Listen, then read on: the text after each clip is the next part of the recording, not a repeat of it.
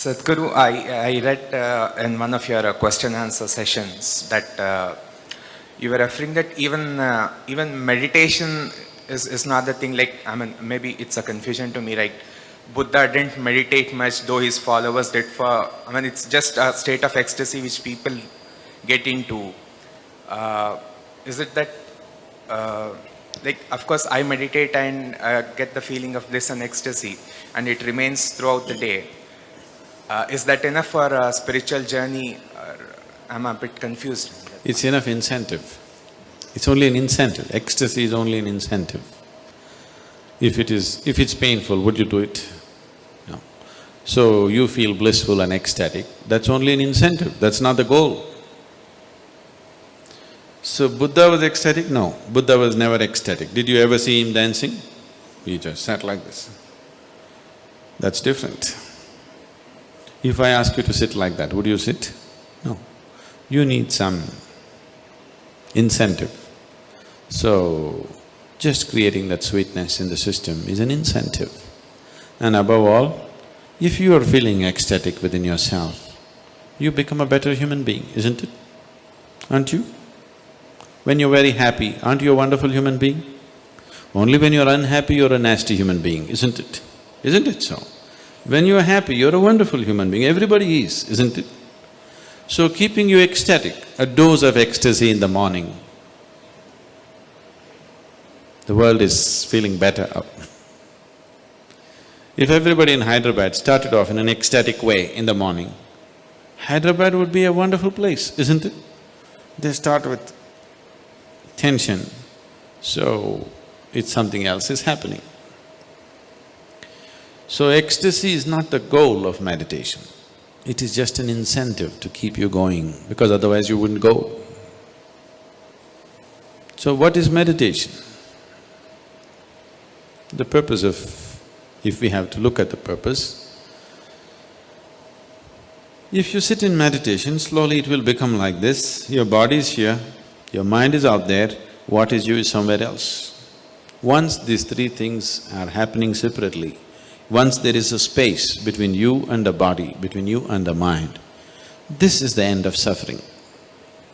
Once the fear of suffering is taken away, only then you will keep your instinct of self-preservation down, otherwise you won't keep it down. As long as the fear of suffering is there, you will not keep the instinct of self-preservation down. The only reason why you are naturally not spiritual is because you have empowered your instinct of self-preservation too much. All the time it is trying to make you like a bubble in the world, separate bubble, not willing to mix with anything. So unless you keep your instinct of self-preservation down, you will not become spiritual in any way.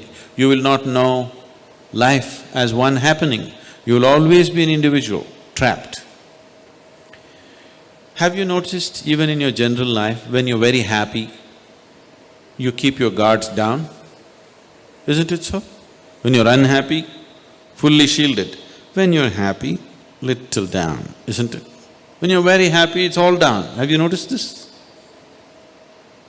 So this is the reason why you're willing to be happy only among certain people. Because you don't know how to be just happy and still know where to stop life when it has to be stopped. You're willing to be happy only with 5 people in your life because you think that is the only safe atmosphere where you can be happy, because you have always understood happiness as a certain vulnerability. See, just say you walk on the street and you smile at anybody, they look like this. Why? What's their problem smiling back at you? What are they going to lose? They think if I smile, he may exploit me. How will he exploit you? If he comes to pick your pocket, you can stop him. If he smiles, even a pickpocket smiles at you, why can't you smile at him? What is the problem? Just try today and see, just go out and smile.